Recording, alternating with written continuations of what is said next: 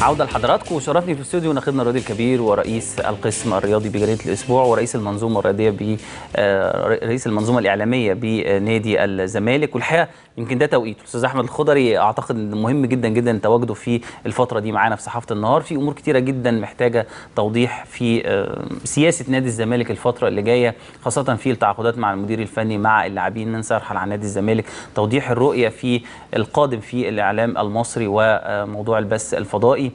خلونا نرحب في البدايه بضيف العزيز وناخدنا الراجل الكبير الاستاذ احمد الخضري. اهلا بيك استاذ. اهلا بيك يا كابتن اشرف. منور النهارده معايا. منور والله. يعني الحقيقه من بعد ما عملنا البوست بانك معايا النهارده كلام كتير جدا وناس كتيره جدا بتتساءل الفتره اللي جايه نادي الزمالك رايح فين. انا برضه متابع البوستات، يعني مش كله.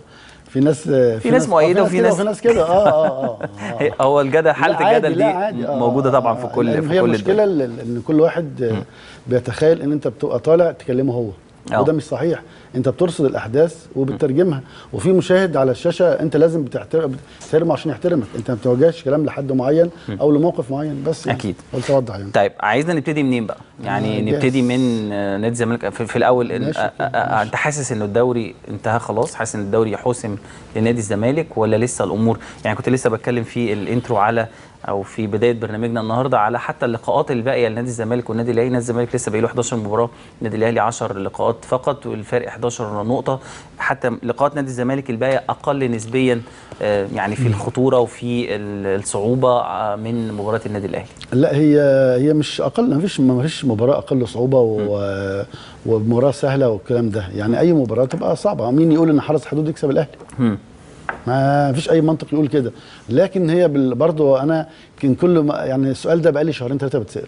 اي حد يقول لك الدوري اقول له لسه، الدوري اقول له لا لسه بدري. لكن انت النهارده اقول لك لا خلاص، النهارده خلاص اتحسمت طبعا. اتحسمت ليه؟ يعني لسه فاضل 10 لقاءات و11 لقاء نادي الزمالك.